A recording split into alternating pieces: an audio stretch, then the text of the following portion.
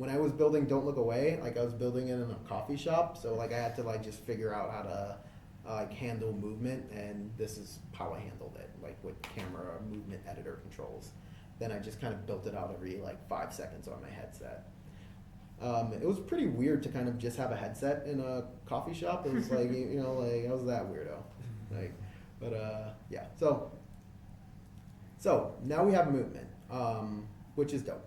So I'm going to go into what we want to kind of do, and what we want to do is we want to give the player the ability to shoot and shoot objects out, and from that, you know, just kind of hit these cubes here. So I'm gonna give the player like 3 cubes to shoot.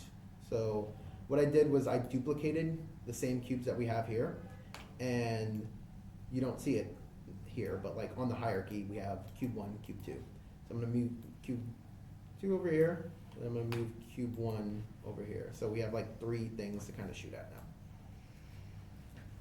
now. This is cool. Basically it's a copy of each other, so that's dope. Next, what I want to do is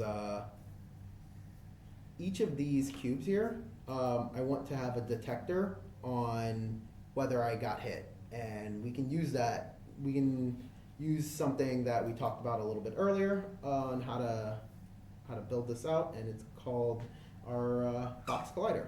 So I'm gonna I'm gonna set this function called check for shot, and we're just gonna open this up a little bit. So remember that collider I was talking about where, hey, we have this box collider that if you run into, you won't really be able to do anything, but it's like just here to kind of make sure things are like not running into each other. You can actually access that through code. And let's say if I had no idea how to do that, this is one of the coolest things about Unity, as I mentioned before. You just, like, if I don't know how to do it, like 1,000 people already didn't know how to do it. So you can just kind of say like, hey, how to hide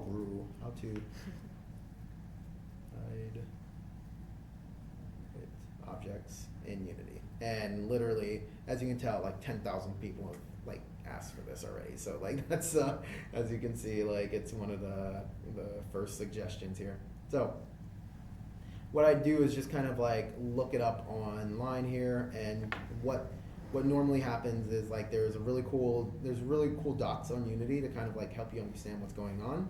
But what's even better is there's usually code examples. So let me just kind of show you our version of Stack Overflow here in Unity, and that is first and foremost like YouTube tutorials, but you also like have these docs here.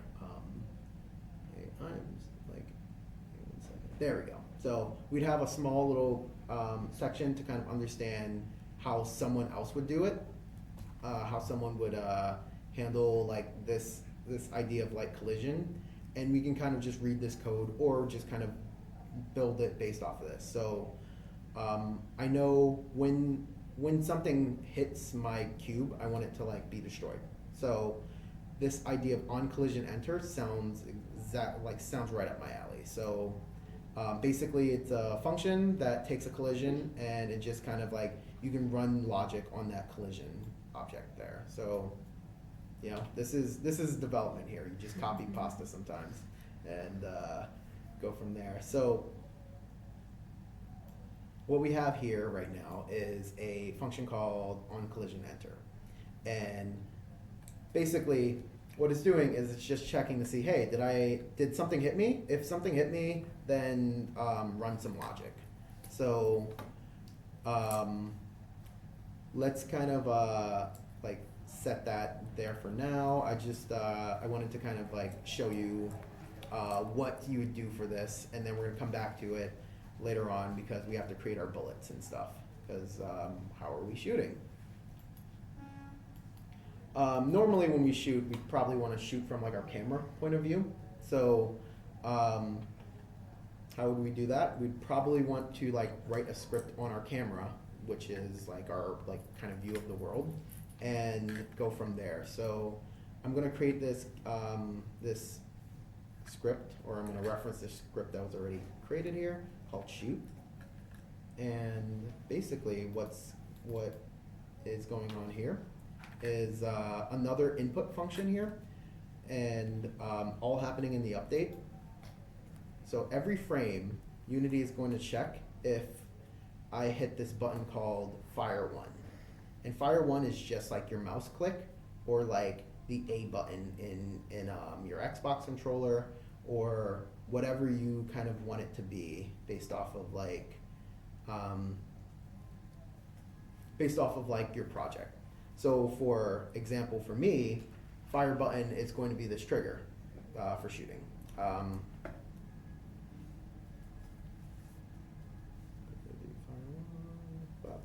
And if fire 1 is shot, I want to do something, which is like shoot out a bullet.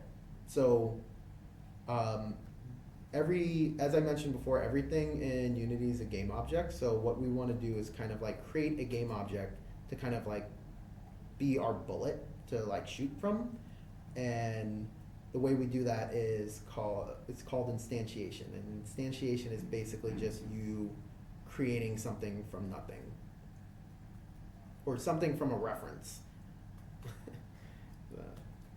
So instantiate takes in a parameter of like what you want to create, which is like bullet here, as well as where you want it to be created.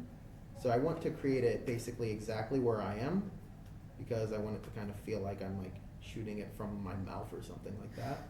And I want to copy the same rotation that it's at too, because like I don't want it to shoot from the left of my mouth or anything like that. I wanted it to be exactly where I am.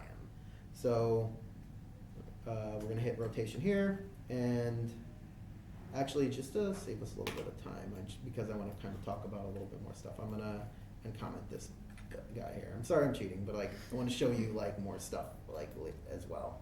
So first and foremost, we're creating instantiation here. We're getting a bullet. We have like the same transform, and we have the same rotation. What we're also going to do, which I'm going to cover right next, is grab something called the rigid body, and we're going to kind of like grab that and add velocity to it to like shoot it in a particular direction. So a rigid body, what is a rigid body? A rigid body is actually